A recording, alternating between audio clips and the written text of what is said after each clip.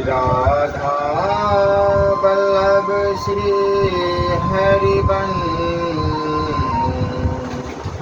राधा वल्लभ श्री हरिबन।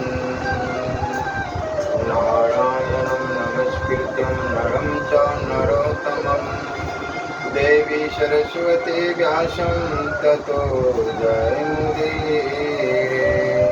राधा मेरी माते है, पिता मेरे घनश्याम, इन दोनों की चरणों में मेरा कोटि कोटि प्रणाम। ओम श्री परमात्मने नमः। श्री गणेशाय नमः। आज का प्रसंग आज कृष्ण भाद्रपद अष्टमी, भगवान कृष्ण का जन्म उत्सव। आप सभी भाइयों से शुभकामनाएं। इस प्रसंग में एक समय श्री कृष्ण का उखल से बांधा जाना। इस प्रसंग में एक समय का तात्पर्य है कि कार्तिक मास पूर्णिमा में इसे दामोदर मास कहते।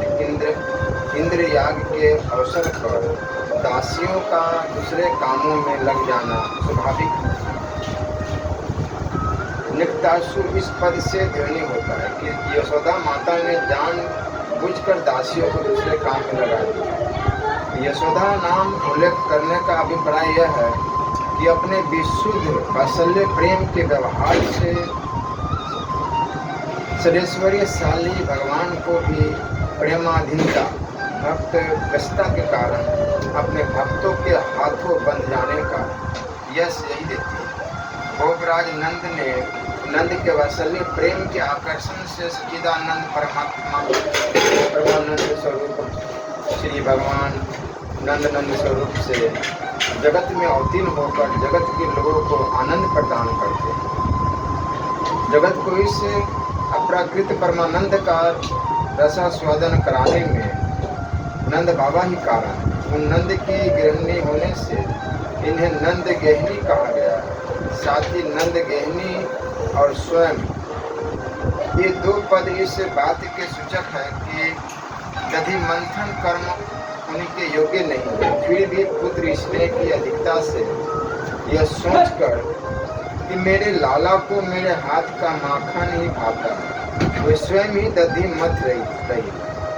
इस श्लोक में भक्त के स्वरूप का निरूपण है। शरीर से दधि मंथन रूप सेवा करना हो रहा, हृदय में स्मरण की धारा सत प्रवाहित हो रही, वाणी में बाल चरित्र का संगीत, भक्त के तन मन वचन सब अपने प्यारे की सेवा में संलग्न है।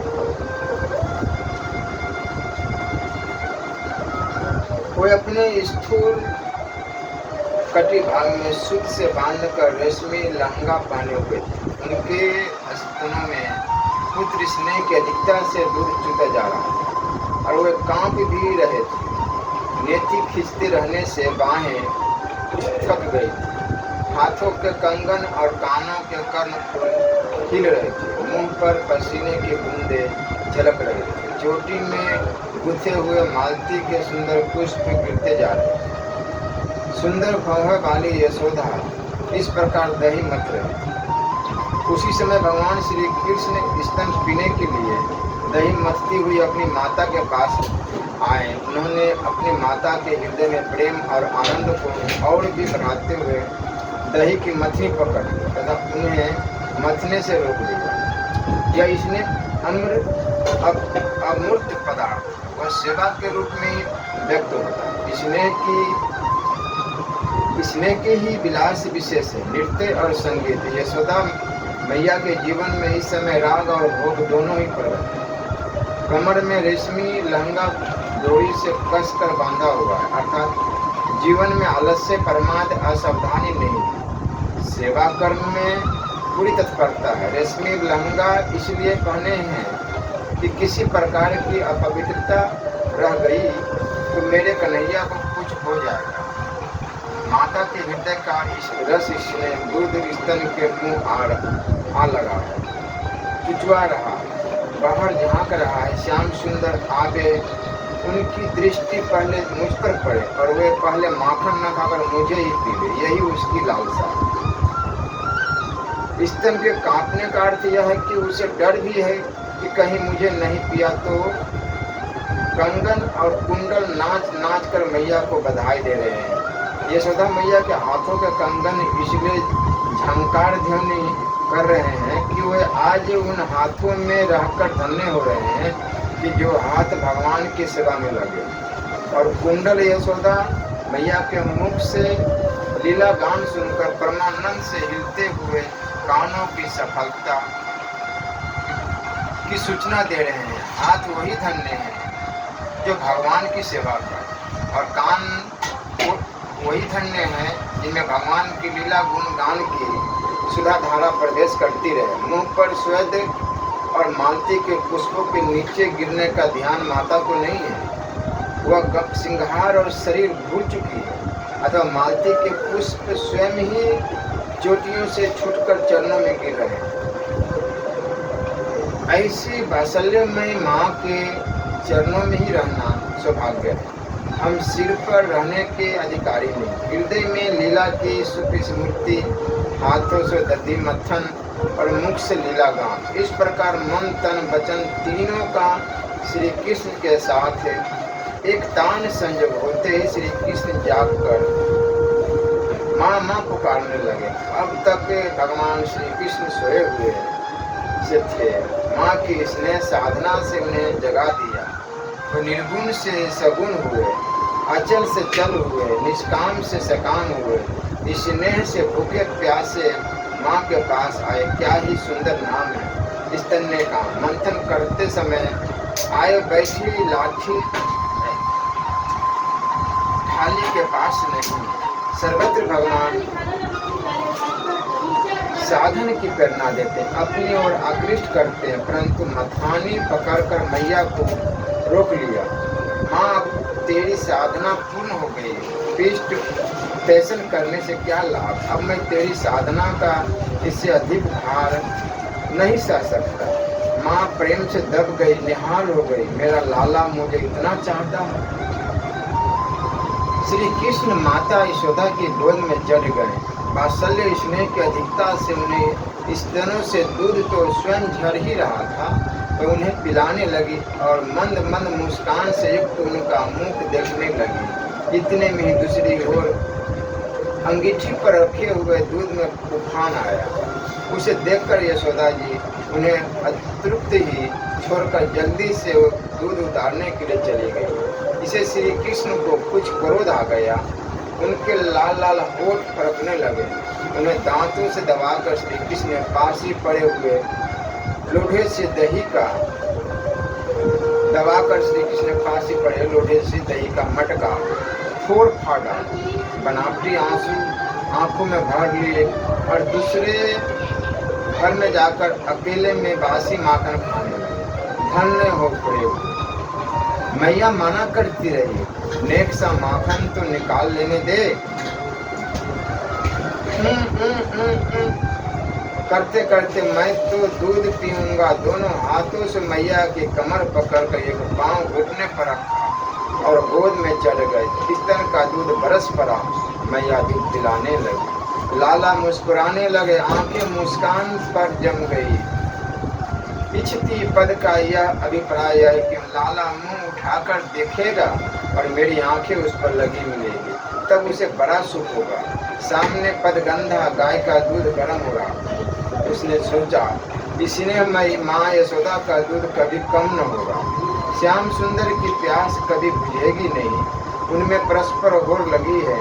मैं बेचारा युग युग का जन्म का श्याम सुंदर के होठों का स्पर्श करने के लिए व्याकुल तप कर मर रहा हूँ। अब इस जीवन से क्या लाभ जो श्री कृष्ण के काम न आवे। इससे अच्छा है उनकी आंखों के सामने आग में कूद पड़ना। माँ के नेत्र पहुँच गए।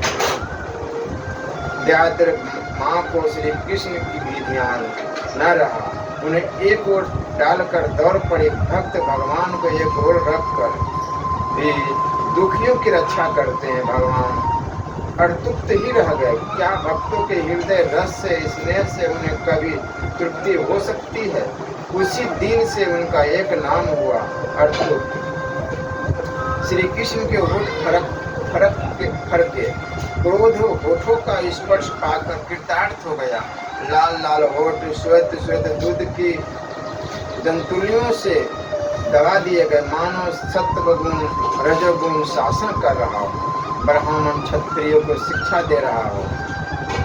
वह क्रोध उतरा, दधि मंथन के मटके पर उसमें एक असुर आ बैठा था। दंभ ने कहा, काम क्रोध और तृप्ति के बाद मेरी बारी है। वह आंसू बनकर आंखों में छलक आया। श्री कृष्ण ने अपने भक्त जनों के प्रति अपनी ममता की धारा उड़ेलने के लिए क्या क्या भाव नहीं अपनाए।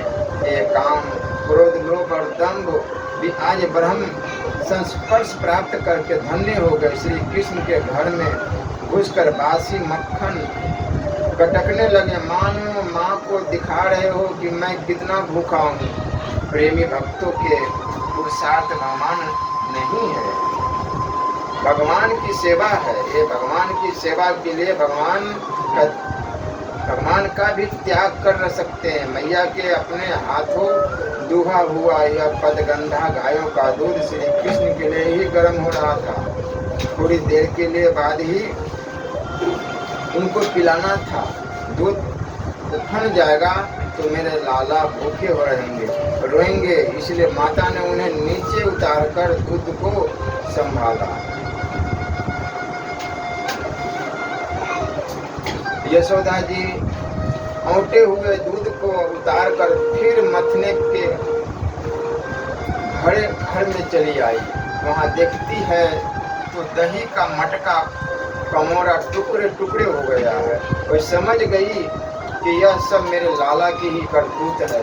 साथ ही उन्हें वहां न देखकर यशोदा माता हंसने लगी। इधर उधर ढूंढने पर पता चला कि श्री कृष्ण एक उल्टे हुए उखल पर खड़े हैं और छीके पर का मक्खन ले लेकर बंदरों को खूब लुटा रहे हैं। उन्हें यह भी डर है कि कहीं मेरी चोरी खुल न जाए, इसलिए चौकन्ने होकर चारों ओर ताकते जाते हैं। यह देखकर यशोदा मैया पीछे से धीरे धीरे उनके पास जा पहुंची। और जब श्री कृष्ण ने देखा कि मेरी माँ हाथ में छड़ी लिए मेरी ही ओर आ रही है, तब झट से ओखली पर से कूद पड़े और डरे हुए की भांति भागे। परीक्षित बड़े बड़े योगी तपस्या के द्वारा अपने मन को अत्यंत सूक्ष्म और शुद्ध बनाकर भी जिनमें प्रवेश नहीं करा पाते, पाने की बात तो दूर रही, उन्हीं भगवान के पीछे पीछे उन्हें पकड़ने के लिए यशोदा जी दौड़ी। जब इस प्रकार माता यशोदा श्री कृष्ण के पीछे दौड़ने लगी, तब कुछ ही देर में बड़े बड़े एवं हिलते हुए नितंबों के कारण उनकी चाल धीमी पड़ गई। वेग से दौड़ने के कारण चोटी की गांठ ढीली पड़ गई। यशोदा माता दूध के पास पहुंची। प्रेम का अद्भुत दृश्य, पुत्र को गोद से उतारकर उसके पैर की प्रति इतनी प्रीति क्यों? अपनी छाती का दूध तो अपना है, वह कहीं जाता नहीं, परंतु यह सहस्त्रों छटी हुई गायों के दूध से पालित पदगंधा गाय का दूध फिर कहाँ मिलेगा? वृंदावन का दूध, अप्राकृत चिन्मय प्रेम जगत का दूध। माँ को आते देखकर शर्म से दब गया। अहो, आग में कूदने का संकल्प करके मैंने माँ के स्नेहानंद में कितना बड़ा विघ्न कर डाला, और माँ अपना आनंद छोड़कर मेरी रक्षा के लिए दौड़ी आ रही है। मुझे धिक्कार है। दूध का उफनना बंद हो गया और वह तत्काल अपने स्थान पर बैठ गया। माँ, तुम अपने गोद में नहीं बैठाओगी तो मैं किसी खल की गोद में जा बैठूंगा। यही सोचकर मानो श्री कृष्ण उल्टे उखल के ऊपर जा बैठे। उदार पुरुष भले ही खलों की संगति में जा बैठे, परंतु उनका शील स्वभाव बदलता नहीं है। उखल पर बैठ कर के वह बंदरों को माखन बांटने लगे।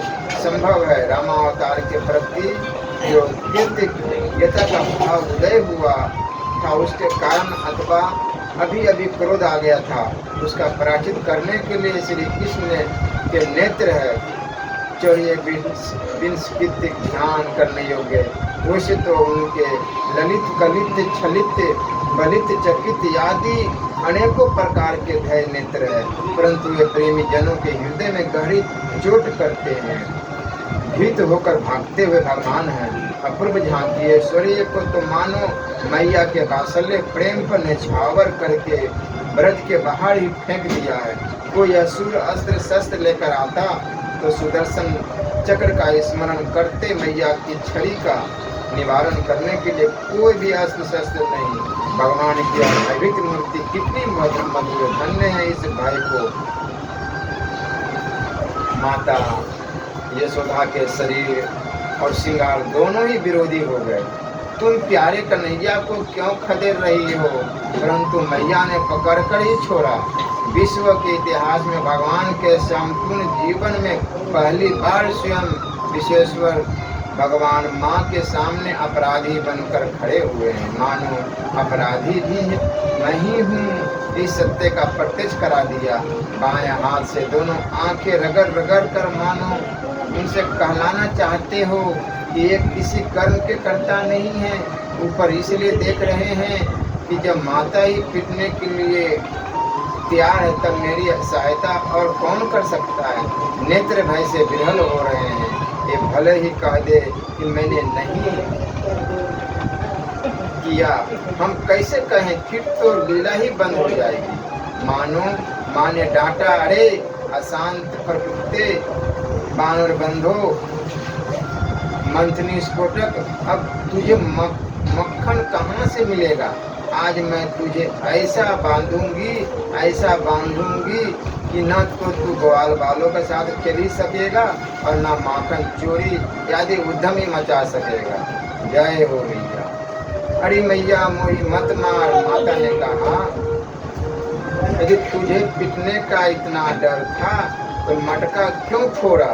श्री कृष्ण, अरे मैया मैं अब ऐसा कभी नहीं करूँगा, तू अपने हाथ से छड़ी डाल दे। श्री कृष्ण का भोलापन देखकर मैया का हृदय भर आया। वात्सल्य स्नेह के समुद्र में जौहर आ गया। वही सोचने लगी, लाला अत्यंत डर गया है, कहीं छोड़ने पर यह भाग कर वन में चला गया तो कहाँ कहाँ भटकता फिरेगा, भूखा प्यासा रहेगा, इसलिए थोड़ी देर तक बांध कर रख दूँ, दूध माखन तैयार होने पर मना लूंगी। यही सोच विचार कर माता ने बांधने का निश्चय किया। बांधने में वात्सल्य ही हेतु था। भगवान के ऐश्वर्य का ज्ञान दो प्रकार का होता है, एक तो साधारण प्राकृतिक जीवों को और दूसरा भगवान के नित्य सिद्ध प्रेमी परिकर को। यशोदा मैया आदि भगवान की स्वरूपभूता चिन्मय लीला के अप्राकृत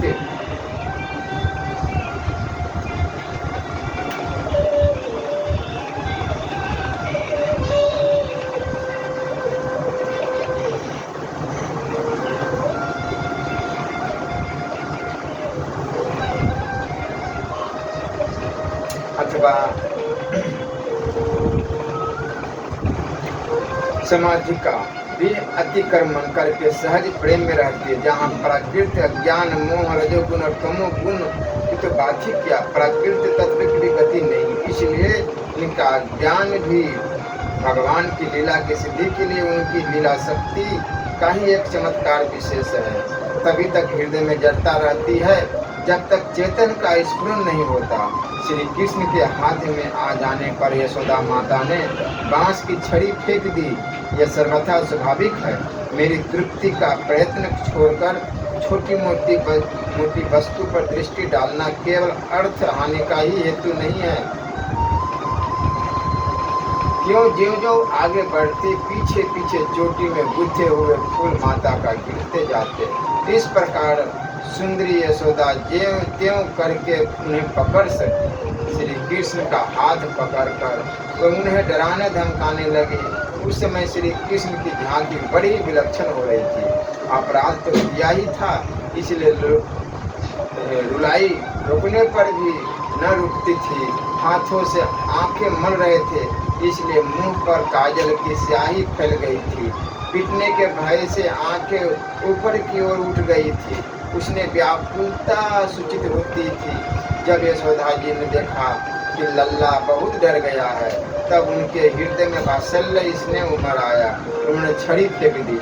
इसके बाद सोचा कि इसको एक बार रस्सी से बांध देना चाहिए, नहीं तो यह कहीं भाग जाएगा।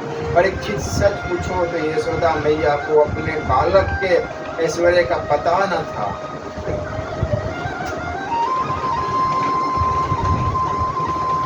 जिसमें न तो बाहर है, न भीतर है, न आदि है और न अंत है, जो जगत के पहले भी थे, बाद में भी रहेंगे। इस जगत के भीतर तो है ही, बाहरी रूपों में भी है, और तो क्या जगत के रूप में भी स्वयं वही है। यही नहीं, जो समस्त इंद्रियों से परे और अव्यक्त है, उन्हीं भगवान को मनुष्य का सा रूप धारण करने के कारण पुत्र समझकर यशोदा रानी रस्सी से उखल में ठीक वैसे ही बांध देती है, जैसे कोई साधारण सा बालक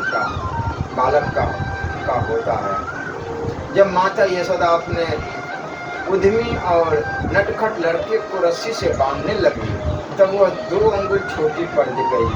तब उन्होंने दूसरी रस्सी लाकर उसमें जोड़ी। जब वह भी छोटी हो गई, तब उसके साथ और जोड़ी।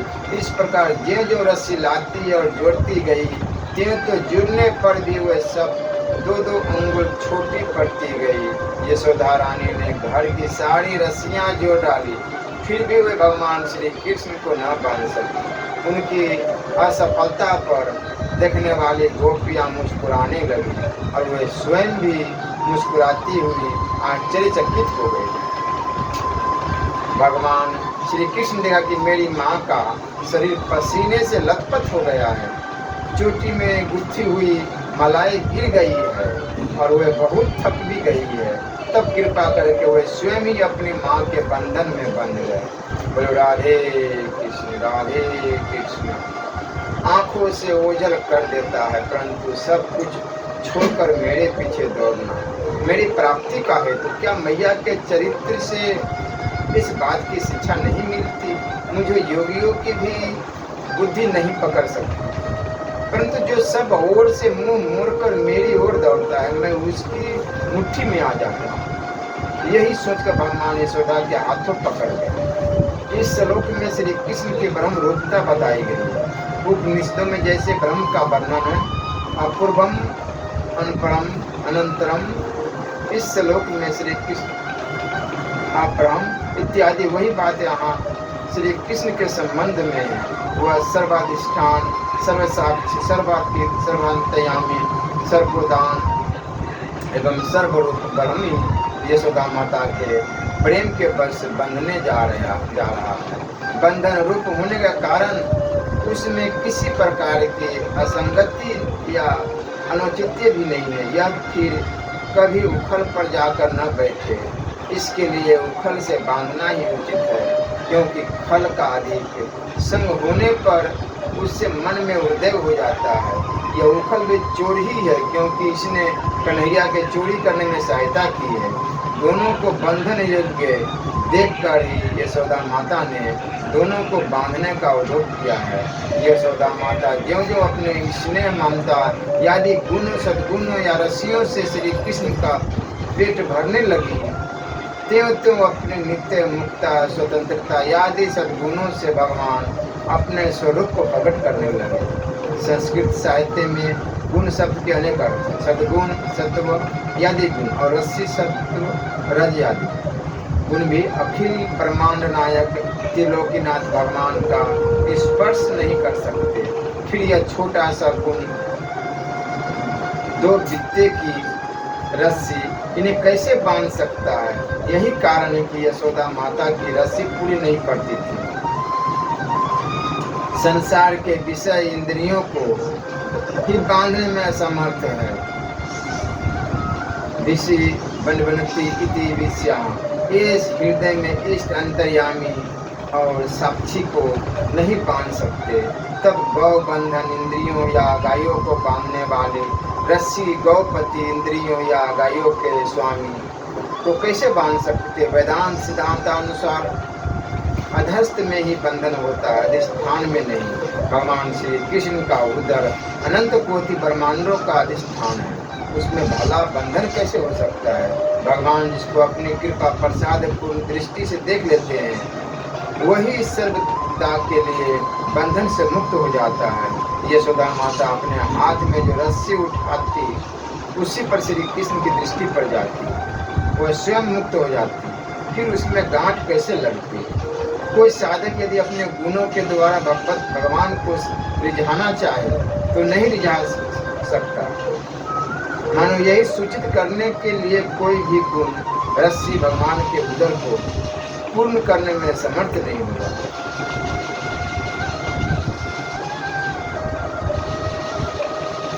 रस्सी 2 अंगुल ही कम क्यों हुई? इस पर कहते हैं भगवान ने सोचा कि अब जब मैं शुद्ध हृदय भक्त जनों की दर्शन देता हूँ तब मेरे साथ एकमात्र सत्व गुण से संबंध की स्फूर्ति होती है, रज और तम से नहीं। इसलिए उन्होंने रस्सी को 2 अंगुल कम करके अपना भाव प्रकट किया।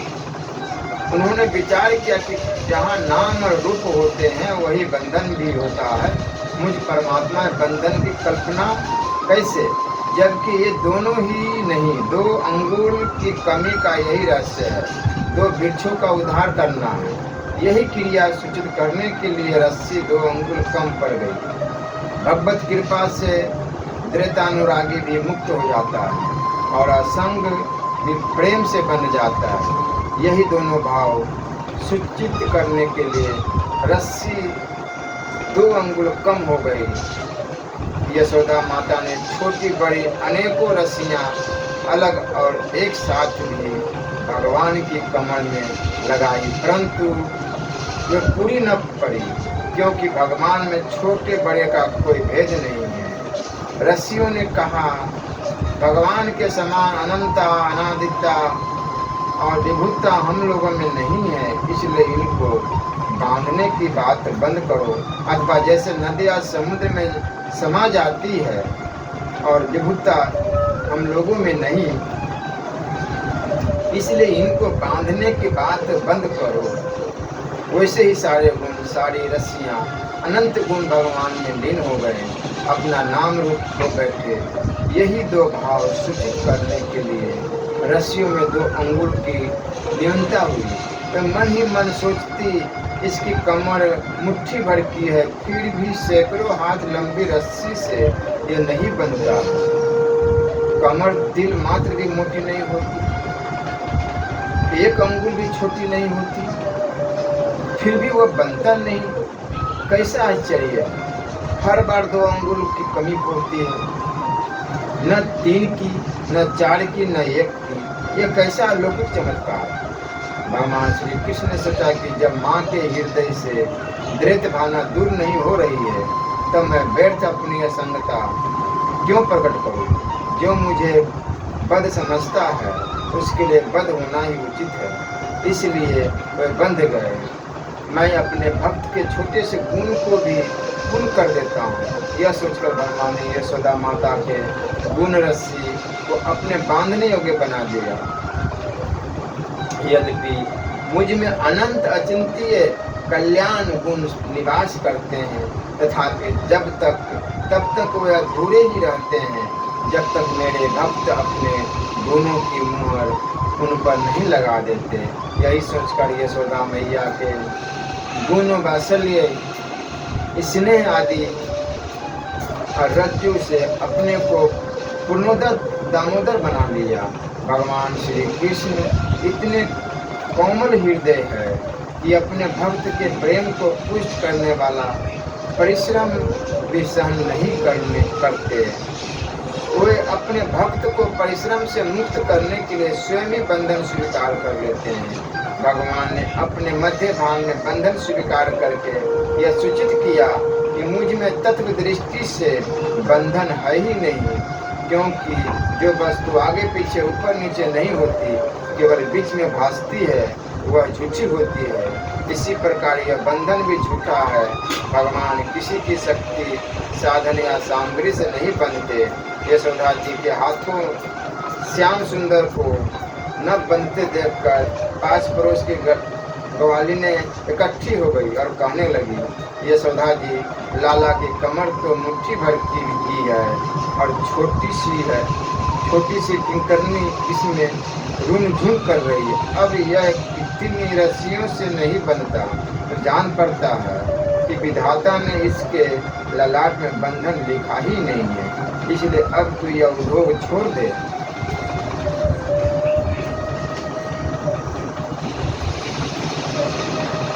परीक्षित, भगवान श्री कृष्ण परम स्वतंत्र है, ब्रह्मा इंद्र आदि के साथ यह संपूर्ण जगत उनके वश में है। फिर भी इस प्रकार बंद कर उन्होंने संसार को यह बात दिखला दी कि मैं अपने प्रेमी भक्तों के वश में हूँ। ग्वालिनी यशोदा ने मुक्तिदाता मुकुंद से जो कुछ अनिवर्चनीय कृपा प्रसाद प्राप्त किया, वह प्रसाद ब्रह्मा पुत्र होने पर भी, शंकर आत्मा होने पर भी और वक्ष स्थल पर विराजमान लक्ष्मी अर्धांगिनी होने पर भी न पा सके। यह गोपिका नंदन भगवान अनन्य प्रेमी भक्तों के लिए जितने सुलभ है, उतने देहाभिमानी कर्मकांडी एवं तपस्वियों को तथा अपने स्वरूप ज्ञानियों के लिए भी नहीं है। इसके बाद नंद रानी यशोदा जी तो घर के काम धंधों में उलझ गई और उखल में बंधे हुए भगवान श्याम सुंदर ने उन दोनों अर्जुन वृक्षों को मुक्ति देने की सोची, जो पहले यक्षराज कुबेर का पुत्र थे। यशोदा मैया ने कहा, चाहे कन्हैया हो संध्या हो जाए। माता यशोदा मैया ने कहा, चाहे संध्या हो जाए और गांव भर की रस्सी क्यों न इकट्ठी करनी पड़े, पर मैं तो इसे बांध कर ही छोड़ूंगी। यशोदा जी का यह हठ देखकर भगवान ने अपना हठ छोड़ दिया, क्योंकि जहाँ भगवान और भक्त के हठ में विरोध होता है, वहाँ भक्त का ये हठ पूरा होता है। भगवान बंधते हैं तब जब भक्त की थकान देखकर कृपा परवश हो जाते हैं। भक्त के श्रम और भगवान की कृपा की कमी ही 2 अंगुल की कमी है, अथवा जब भक्त अहंकार करता है कि मैं भगवान को बांध लूंगा, तब वह उनसे 1 अंगुल दूर पड़ जाता है, और भक्त की नकल करने वाले भगवान भी 1 अंगुल दूर हो जाते हैं। जब यशोदा माता थक गई, उनका शरीर पसीने से लथपथ हो गया, तब भगवान को सर्वशक्ति चक्रवर्तिनी परम भास्वती भगवती कृपा शक्ति ने भगवान के हृदय को माखन के समान द्रवित कर दिया, और स्वयं प्रकट होकर उसने भगवान की सत्य संकल्पिता और विभुता को अंतर्हित कर दिया। इसी से भगवान बंध गए। यद्यपि भगवान स्वयं परमेश्वर है, तथापि प्रेम पर बस होकर बंध जाना परम चमत्कारी होने के कारण भगवान का भूषण ही है, दूषण नहीं। आत्माराम होने पर भी, भूख लगना, पुण्य काम होने पर भी, और तृप्त रहना, शुद्ध असत्व स्वरूप होने पर भी क्रोध करना, स्वराज्य लक्ष्मी से युक्त होने पर भी चोरी करना, महाकाल यम आदि को भय देने वाले होने पर भी डरना और भागना, मन से भी तीव्र गति वाले होने पर भी माता के हाथों पकड़ा जाना, आनंदमय होने पर भी दुखी होना, रोना सर्वव्यापक होने पर भी बंध जाना, यह सब भगवान की स्वाभाविक भक्त बंधता है। जो लोग भगवान को नहीं जानते, उनके लिए तो इसका कुछ उपयोग नहीं है, परंतु जो श्री कृष्ण को भगवान के रूप में पहचानते हैं, उनके लिए यह अत्यंत चमत्कारी वस्तु है, और यह देखकर जानकर उनका हृदय द्रवित हो जाता है, भक्ति प्रेम से सरबर हो जाता है। अहो विशेश्वर प्रभु, अपने भक्त के हाथों उखल में बंधे हुए इस श्लोक में 3 नकारों का अन्वय लेभिड़े क्रिया के साथ करना चाहिए। ना पा सके ज्ञानी पुरुष की भक्ति करे तो उन्हें इन सगुण भगवान की प्राप्ति हो सकती है, परंतु बड़ी कठिनाई से उखल बंधे भगवान सगुण है, वे निर्गुण प्रेमी को कैसे मिलेंगे। स्वयं बंद कर भी बंधन में पड़े हुए अच्छों की मुक्ति की चिंता करना, सत्पुरुष के सर्वथा योग्य है। जब यशोदा माता की दृष्टि श्री कृष्ण से हटकर दूसरे पर पड़ती है तब वे भी किसी दूसरे को देखने लगते हैं और ऐसा उधम मचाते हैं कि सबकी दृष्टि उनकी ओर खिंच जाए। देखिए, पूतना, सट्टासुर, तुलनाव्रत आदि का प्रसंग इनके नाम है। नलकुबर और मणिग्रीव, इनके पास धन, सौंदर्य और ऐश्वर्य की पूर्णता थी। इनका घमंड देखकर ही देवऋषि नारद ने इन्हें शाप दे दिया और एक वृक्ष हो गए। राजा परीक्षित ने पूछा, भगवान आप कृपया यह बतलाइए कि नलकुबर और मणिग्रीव को शाप क्यों मिला? उन्होंने ऐसा कौन सा निंदित कर्म किया था जिसके कारण परम शांत देवऋषि नारद जी को भी क्रोध आ गया?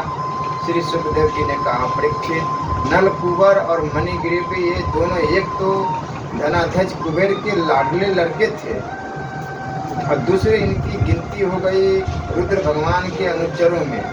इससे उनका घमंड बढ़ गया। एक दिन वे दोनों मंदाकिनी के तट पर कैलाश के रमणीय उपवन में बारूनी मदिरा पीकर मदनोन्मत्त हो गए थे। नशे के कारण उनकी आंखें घूम रही थी। बहुत सी स्त्रियां उनके साथ गा बजा रही थी और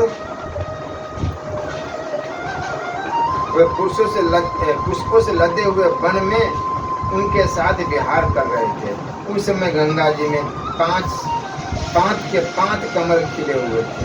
वो स्त्रियों के साथ जल के भीतर घुस गए और जैसे हाथियों का जोड़ा पत्नियों के साथ जल क्रीड़ा कर रहा हो, वैसे वे युवतियों के साथ तरह तरह की क्रीड़ा करने लगे। ये अपने भक्त कुबेर के पुत्र है, इसलिए इनका अर्जुन नाम है। ये देवऋषि नारद के द्वारा दृष्टिपुत किए जा चुके, इसलिए भगवान ने उनकी ओर देखा।